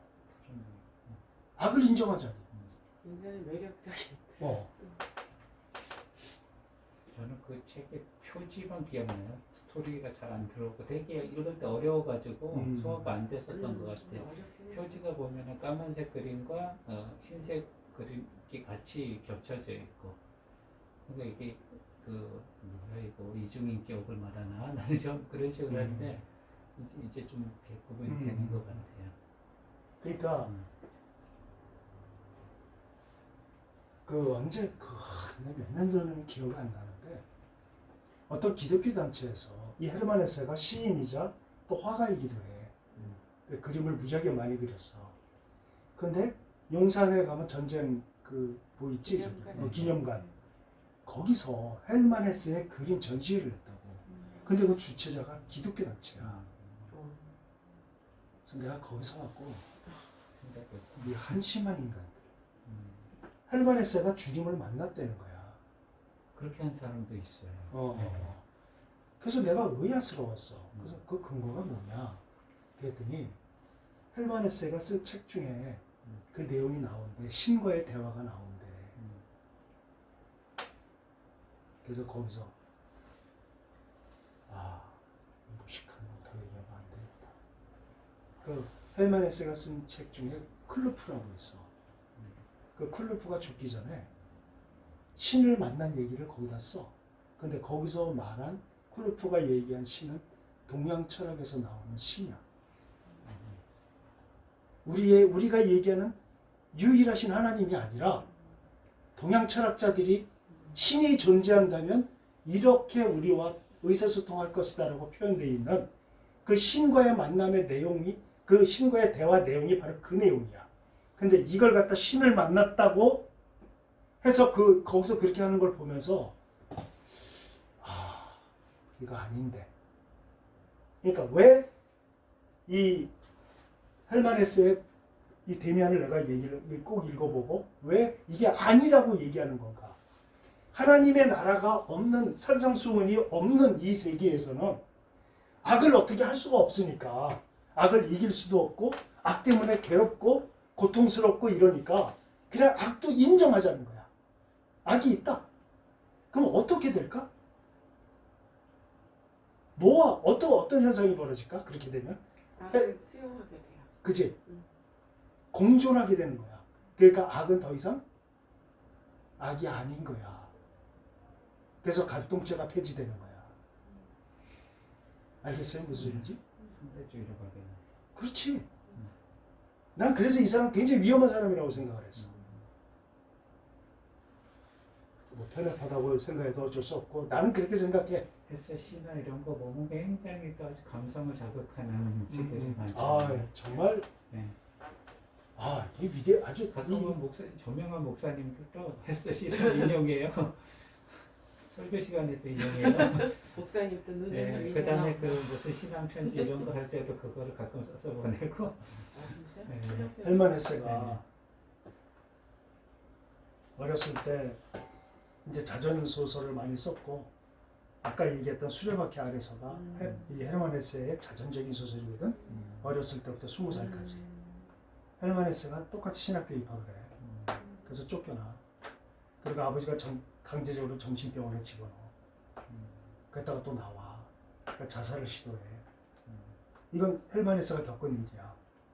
그리고 신학교 때 헤르만 헤세가 어머니한테 보낸 편지가 있어. 뭐 전체 내용은 기억이 안 나는데 어머니, 저는 예수가 안 믿어집니다. 그리고 안 믿을 겁니다. 이 내용을 읽으시는 어머니는 고통스러우시겠죠? 그래도 어쩔 수 없습니다. 헬만 헤세의 아버지, 할아버지가 전부 선교사야. 목사야, 개신교 목사야. 그 부모님은 얼마나 가슴이 그러니까. 아팠을까. 이런 헤르만 헤세가 신학교에서 쫓겨나고 어떤 책방에 속으로 있다가 시를 자기 돈으로 편찬해서 시집을 내는데 거기서 대박이 나. 그래서 시인으로 먼저 시작을 해. 그랬다가 1차 세계대전이 시작이 됐을 때 이 사람은 반전주의자로 정신을 맺기 시작을 했고, 아주 이 사람은 또 정신적으로 우울증, 지금으로 얘기하면 우울증에 깊이 빠져. 그랬다가 칼융을 만나. 칼융이 그 프로이드의 제자거든. 그 정신분석가. 응? 칼융을 만나는지 칼융의 제자를 만났는지 지금 정확한 기억은 아닌데, 거기서 정신적인 치료를 받아. 그리고 인도를 여러 번 갔다 오면서 시타르타라는 소설을 써. 그건 전혀 또 다른 책이야. 그러니까 동양 철학에 굉장히 심취했던 사람이야. 시타르타에 보면 이 시타르타에 나와, 그러니까 시타르타가 인생의 문제를 해결하는데 그걸 어디서 해결하냐면 강에서 해결을 해. 강에서 소리가 들려. 옴 하는 소리가 들려. 그 소설이 그대로 표현되어 있어. 옴이라고. 불교 용어 중에 옴마니 반매음이라는 얘기가 있어. 그 옴은 소리야, 소리. 거기서 해결을 해. 음진리가 똑같아 나. 글쎄, 모르겠어. 그래서 이 헬만 헤세는 한마디로 얘기하면 범신론자야. 근데 그 데미안을 읽고 그것만 딱 따와가지고 하는 건 그건 좀 그건 다 읽었다는 티를 내는 거고, 아브락사스에게 날아간다. 이게 그러니까 싱클레어 너는 아브락사스에게 날아가야 돼. 이 내용이야. 이게 결론이야. 이걸 갖다 유럽의 젊은이들이 열광을 했단 말이야. 니네 나라가 만들어져가는 과정이야 지금. 응? 악과 선이 공존하는 걸 인정하자. 이게 동양 사상이야.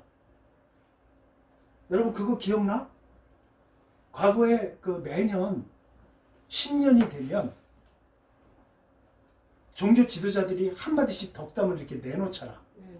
내가 기억나는 게 3개야 지금. 내 탓이요. 김서 주경 했던 얘기야. 그 다음에 법정 스님, 정철 스님. 정철 스님 돌아가신 정철 스님이 했던 두 얘기가 있어. 사는 산이요, 물은 물이라. 그 다음에 또 하나. 사탄이요, 어서 오시옵소서. 10년의 메시지를 딱 내놓은 제목이야. 그대로. 근데 그걸 우리 기독교인이 읽으면 헐하잖아. 근데 그 내용을 자세히 들어가서 읽어보고 이해를 하면은 그렇지. 불교식 논리는 가능하겠다. 사탄이요 어서 오시옵소서. 이렇게 딱 제목이 이렇게 쓰였다고. 근데 이게 무슨 정철이 왜 그렇게 얘기했냐면 사탄이요 어서 오시옵소서. 부처님이요 어서 오시옵소서. 원래 부처도 사탄도 없는 것이오라. 우리들은 부처도 만들어내고 사탄도 만들어내서 지금 스스로 업보를 쌓아가는 그러한 상태로 우리들이 만들고 업보를 만들어내고 있다. 본래 사탄도 없고 부처도 없고 아무것도 없이 우리가 각자 득도해서 부처가 돼야 하거늘 이런 뜻이야. 그러니까 근데 제목을 그렇게 딴 거야. 그러니까 사탄도 없고 부처도 없어. 근데 부처도 있고 사탄도 있는 거야. 오케이? 이게 동양적 사고야. 선도 없고 악도 없어. 이 얘기는 선도 있고 악도 있다는 얘기지. 이렇게 반대로 해석을 해보자면 우리가 인간의 나라가 이렇게 만들어져 간단 말이야 지금. 응? 무슨지 아시겠어요? 요거보다 좀 더 발전된 소설이 또 하나 있었어. 유럽의 젊은이들이 열광했던 2차 세계대전이 끝나고 거의 끝나고 나서 이 한 여류 소설가의 소설을 읽고 유럽의 젊은이들이 이렇게 살아도 되는구나, 가능성이 있구나, 이렇게 돼도 그 전까지는 상상도 못했던 삶이야. 이해가 돼요? 그 전에는 이 소설처럼 산다는 건 상상도 할 수 없었는데 이 소설을 나와보니까 지금 우리 시대에 이렇게 살아도 되는구나, 이런 그 문을 열어준 소설이야 이게. 이 여인이 독일의 한 학교 선생님이었어. 독일에. 근데 2차 세계대전이 일어나기 전에 나치당해서 이 여자가 글을 좀 잘 쓰고 유명세가 있으니까 나치당에 들어오라고 그랬다고, 입당을 하라고. 근데 이 여류 작가가 나치당을 봤을 때 싫었던 거야. 군국주의도 몇이니? 9시 20분. 9시 20분? 8시. 8시부터 했으니까 괜찮습니다. 8시에 시작했어요. 8시에 시작했어. 그러니까 아무튼 글 하나 빨리 끝내자. 그러니까 사람의 나라, 인간의 나라, 그 마지막으로 요책. 이 여자가 나치당에 가입하는 걸 거부해. 그러니까 끝없이 반나치 운동을 해. 그랬는데 결국은 잡혀들어서 사형 선고를 받아. 근데 45년도에 전쟁이 졌거든, 독일이. 그래서 풀려나. 풀려나면서 이 여류 작가가 생각할 때 가장 이상적인 것은 정부라고 하는 어떤 조직은 국민을 위해서 존재해야 한다. 국민은 극도로 가난한 사람도 없어야 되고 극도로 부자도 없어야 한다. 그러니까 고루고루 나눌 수 있어야 한다. 그러나 서로의 재산을 뺏어서는 안 된다. 이게 뭐야? 사회주의야. 사회주의 여류 작가야. 그러다가 나중에는 어떤 일까지 일어나냐면 이 여인에게서 자기가 사는 독일하고 우리 똑같은 실정의 나라가 하나 더 있어. 지구상에. 그게 리퍼블릭 오브 코리아. 대한민국이야. 그런데 대한민국이 있는데 남쪽은 민주주의고 북쪽은 사회주의래. 그래서 이 여자가 사회주의 국가인 북한을 가. 가서 김일성을 만나. 그래서 김일성이하고 대담을 해. 얘기를 나누는데 김일성이 뭐라고 얘기하냐면 우리는 모든 백성이 다 잘 사는 나라를 원한다. 근데 남한이 지금 미제 앞제비가 돼가지고 지금 저러고 있다. 그래서 통일을 원한다 우리가. 근데 그 방법은 남한도 존재하고 북한도 존재하는 고려 연방제를 우리는 채택을 했다. 해가지고 이 여류 작가가 독일에 가가지고 고려 연방제가 남북한 통일의 최고의 방법론이다 이렇게 또 외치기도 해. 그런 여자야. 그 여자 이름은 루이제 린저라는 여자야. 이 여자가 쓴 소설이 있는데 그게 삶의 한가운데서. 어쩐지 들어갔구나. 내용은 지금 읽어보면 그냥 우리 TV만 탁 키면 연속극에서 나오는 그 삼류 소설의 내용하고 별반 다를 게 없어. 근데 그때 쓰여졌다는 거야. 지금 루이제 린저가 삶의 한가운데서를 썼다면 전혀 웃기는 소설처럼 됐을 거야.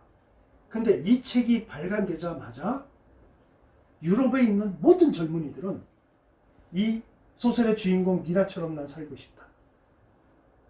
네? 그러니까 그 전까지는 이 소설에 나와 있는 여자 주인공처럼 산다는 건 상상도 못했던 얘기야. 그러니까 어떻게 인간이 스스로 만들어 갔는가, 인간의 나라를. 아까 데미안처럼 인간은 아래서 나와야 되고 그것으로부터 깨어서 어디로 가야 되냐면 아브락사스한테 날아가야 돼. 결론은 거기 있어. 선과 악이 공존하는. 그래서 우리는 이 시대를 살면서 악을 인정해야 되고 선이 있음을 인정해야 돼. 그래야 살기 편해. 그러다 보니까 악은 더 이상 악이 아닌 거고 선이 더 이상 아닌 거야. 이게 인간이 만들어낸 세상이야.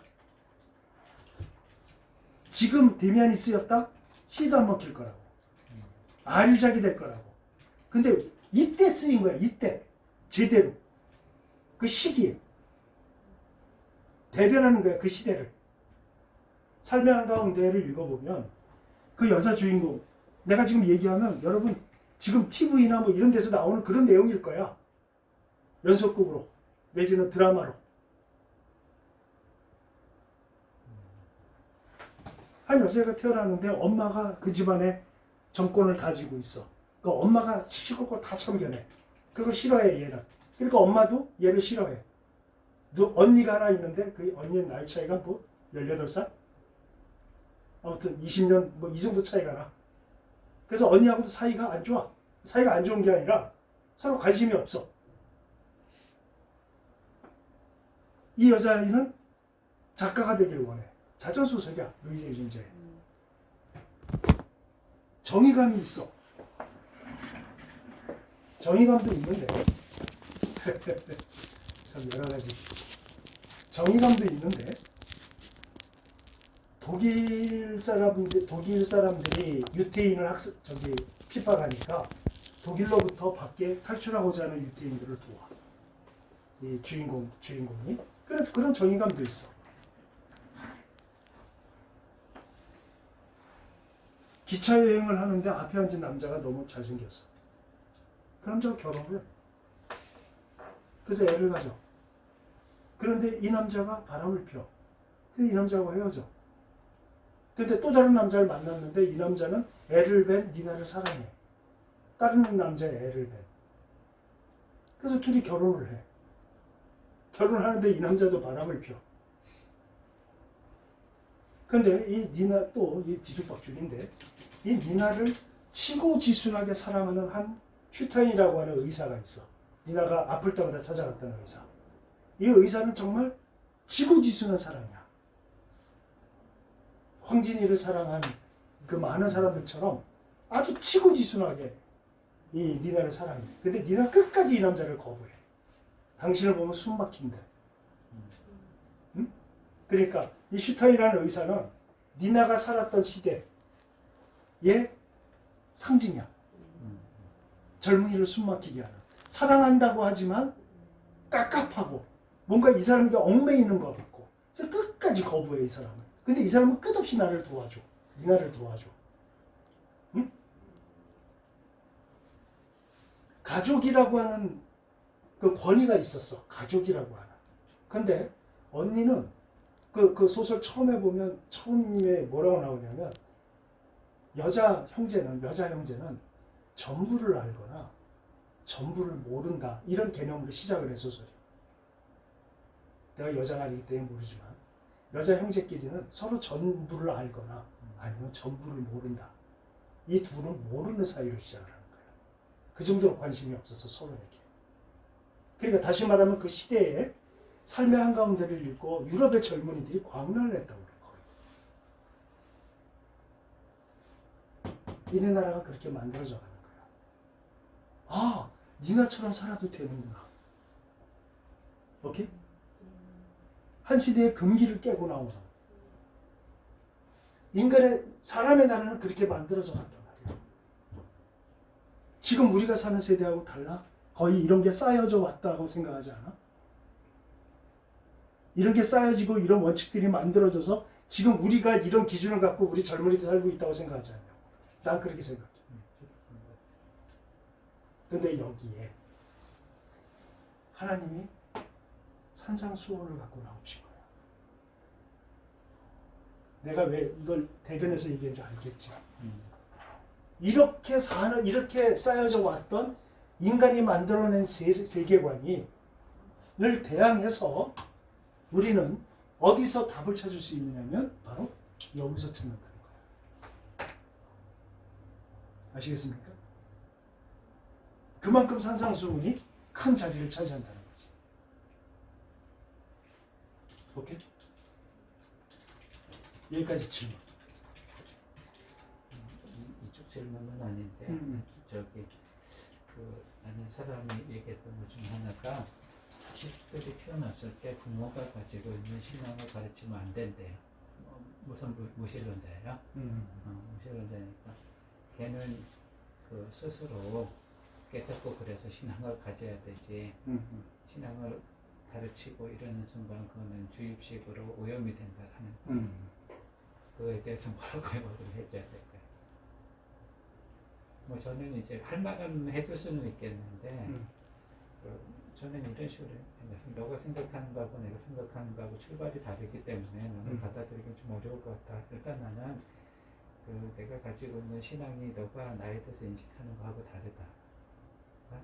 너는 저기 기독교를 종교 중에 하나로 보지만 나는 이걸 종교로 보지 않고 하나님이 인간을 만들었고 뭐 우리 이런 맥락 속에서 그래서 하나님이 나를 이끄시는 것처럼 내 자식도 하나님께서 이끌어 가신다고 본다. 그런 차원에서 얘기하는 거지. 나의 사상과 뭐 이런 윤리를 주입시키는 게 아니다. 그런 쪽으로 얘기하는데 근데 이제 사고의 프레임이 다르니까 전혀 전달은 안 되는 것 같아요. 그렇지. 그러니까 그 질문이 바로 이내 나라를 기준으로 한 것이냐 하나님 나라를 기준으로 한 것이냐의 차이인 것 같아. 그러니까 이내 나라를 기준으로 한다면 네가 뭔데 네 자식이라고 함부로 하려고 하느냐. 그래.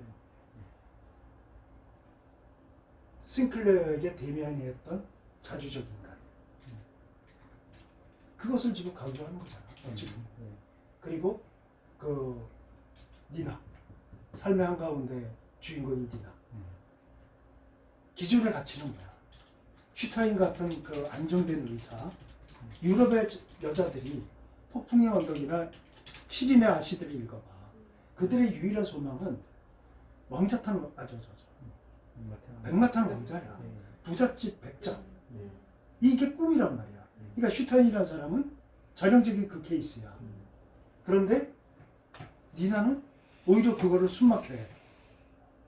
그리고 결혼이라고 하는 것은 일륜지 대사야. 이 서양도. 근데 기차 안에서 이렇게 딱 보니까 잘생겼어. 격정의 역사에 갖고 그 남자는 결혼을 해. 있을 수 없는 일이야 당시에. 오케이? 그리고 이 니나도 불륜을 저질러. 남편도 불륜. 그래서 이혼하고. 근데 지고지순한 사랑인 슈타인은 거부하고. 오케이? 그걸 열광을 해 니나를 가지고. 이게 인간이 만들어 놓은 기준이야. 그러니까 지금 그렇게 얘기하는 사람들은 여기에 기준을 해서 나오는 거야 지금. 그래서 예전에 그 엇비슷한 그걸 얘기한 적이 있어. 그 나도 그런 질문을 받은 적이 있어.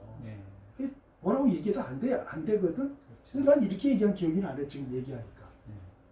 네 나라하고 내 나라는 달라. 네 백성 그렇게 키워. 내 백성은 하나님 기준으로 키울 테니까. 이런 식으로 대변했던 것 같아. 설명이 안 돼. 이 나라와 이 나라는 끊임없이 대척점에 있는 나라야. 근데 이 나라 안에 있는 사람들이 몰라 이거를. 산상수훈을. 그러니까 이 나라에 있으면서 이 나라 기준을 가지고 살아. 아시겠어요? 그러니까 답답한 거야. 그래서 이게 필요하다는 거야. 그만큼 이 나라에 대한 어떤 원리와 원칙과 어떤 철학과 이걸 대치할 수 있는 게 산상수훈이란 말이야. 그만큼 산상수훈이 크다는 거야. 의미가. 오케이? 그래서 조금 아까 얘기했던 그걸 일부러 이렇게 나눈 거야. 이렇게. 그 질문에 대한 그 파트를, 영역을. 지금 이 나라 안에서 살고 있고 우리는 왜 내가 이제 이 암하고는 좀 친숙한 상태였기 때문에 가장 많이 들었던 내용이 뭔지 알아? 암하고 같이 사는 거다. 그 얘기를 많이 했어. 그러면서 사람들은 그 암을 퇴치하려고 애를 써. 암이 있으면 안 되니까 몸에. 그래서 뭐 방사선 치료도 하고 막 이러잖아. 나는 방법이 없었기 때문에 뭐 못했지만 하나님 나라의 백성들은 산상수훈을 따라서 살아야 돼. 오케이? 그럼 이 산상수훈을 따라서 산다는 게 뭐냐? 그걸 갖다가 이제 다음 주부터 디테일하게. 그러니까 알겠지? 이 의미가 얼마나 큰 건지. 어? 그게 단순한 게 아니다. 단순한 교리 논증이 아니다. 해결점이다. 수많은 철학이 쌓이고 수많은 원리가 쌓이고 시대 사이에 시대에 영향을 줬던 몇 명의 작가들을 내 작품을 보면서 자기 인간의 나라를 어떻게 형성되어 왔는가 그거를 보면서 대변해서 하나님 나라가 얼마나 큰 것인지를 산상수훈 이걸 공부해서 이 원리대로 가야 한다. 오늘 여기까지.